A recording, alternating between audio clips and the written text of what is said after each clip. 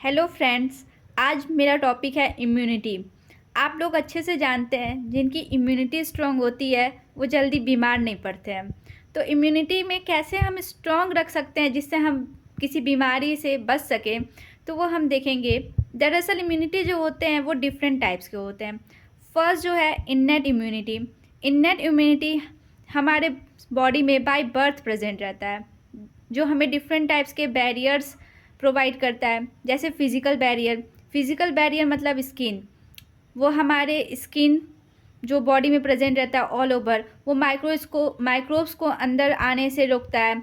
Mucus coating होती है हमारे रेस्पिरेटरी ट्रैक्ट में, गैस्ट्रोइंटेस्टाइनल, यूरोजेनाइटल ट्रैक्ट के एपिथेलियम में, वो भी माइक्रोब्स की एंट्री को रोकते हैं। फिजियोलॉजिकल बैरियर होता है, जैसे हमारे स्टमक में एसिड होता है, माउथ में सलाइवा एंड टीयर्स होते हैं, वो फिजियोलॉजिकल बैरियर का काम करते हैं। तीसरा है सेलुलर बैरियर। सेलुलर बैरियर जैसे सर्टेन टाइप ऑफ ल्यूकोसाइट्स, जैसे WBC हमारे ब्लड में होता है, मोनोसाइट्स होते हैं, नेचुरल किलर सेल्स होते हैं जैसे लिम्फोसाइट्स, ये हमें प्रोटेक्शन देते हैं डिफरेंट माइक्रोब से। चौथा है साइटोकाइनिन बैरियर। जैसे हमारा कोई सेल अगर वायरस से इन्फेक्टेड होता है तो वो इन्फेक्टेड सेल कुछ प्रोटीन का सिक्रीशन करते हैं जिसको इंटरफेरॉन कहते हैं। वो हमारे दूसरे सेल्स को इन्फेक्शन से बचाते हैं कि फर्दर वो वायरल इन्फेक्शन स्प्रेड ना हो। तो इस तरह साइटोकाइनिन बैरियर भी इन्नेट इम्यूनिटी में हमें प्रोवाइड होता है।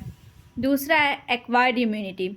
एक्वायर्ड इम्यूनिटी में हमें कुछ रिस्पॉन्सेज मिलती हैं, जैसे प्राइमरी एंड सेकेंडरी रिस्पॉन्स। जब कोई एंटीजन हमारे बॉडी में जाता है तो हमारी बॉडी उसके अगेंस्ट लड़ती है, तो वो प्राइमरी रिस्पॉन्स होता है जो बहुत लो इंटेंसिटी में होता है।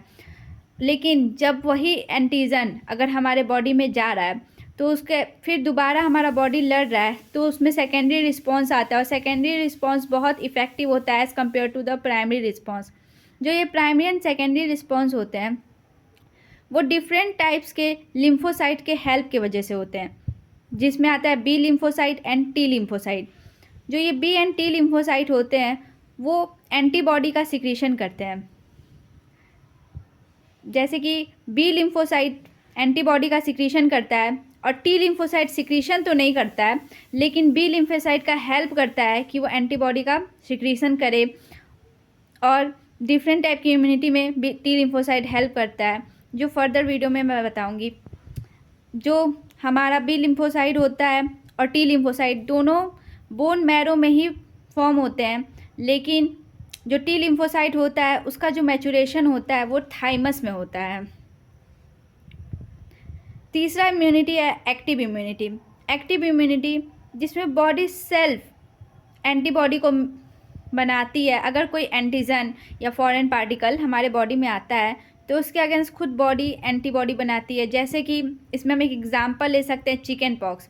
जनरली जिसे भी चिकन पॉक्स होता है तो दोबारा उसके बॉडी में कम चांसेस होते हैं चिकन पॉक्स होने के लिए, क्योंकि उसके लिए बॉडी में एंटीबॉडी बनता है। तो एंटीबॉडी के साथ कुछ मेमोरी सेल भी बनते हैं, तो वो मेमोरी सेल बॉडी में प्रेजेंट रहते हैं, और कभी फर्दर अगर वो चिकन पॉक्स के वायरस हमारे बॉडी में आ रहे हैं तो बॉडी उसके अगेंस्ट मेमोरी सेल से एंटीबॉडी बना के उसको किल कर देती है। उसके बाद है पैसिव इम्यूनिटी। पैसिव इम्यूनिटी मतलब जब हम कोई रेडीमेड एंटीबॉडी या कोई मेडिसिन बाहर से लेते हैं किसी डिजीज़ से प्रोटेक्शन के लिए, तो वो पैसिव इम्यूनिटी होता है। ऑटो इम्यूनिटी जैसे मैंने बताया मेमोरी बेस्ड एक्वायर्ड इम्यूनिटी है। हमारे बॉडी में जब एंटीबॉडी बनते हैं तो उसके साथ मेमोरी सेल्स भी बनते हैं, और वो मेमोरी सेल हमारे बॉडी में प्रेजेंट रहते हैं। कभी दोबारा वो एंटीजन, वो फॉरेन पार्टिकल अगर हमारे बॉडी में आ रहा है तो मेमोरी सेल उसको एग्जामिन करके उसके अगेंस्ट फिर से एंटीबॉडी बनाती है और उसको किल कर देती है। Thank you.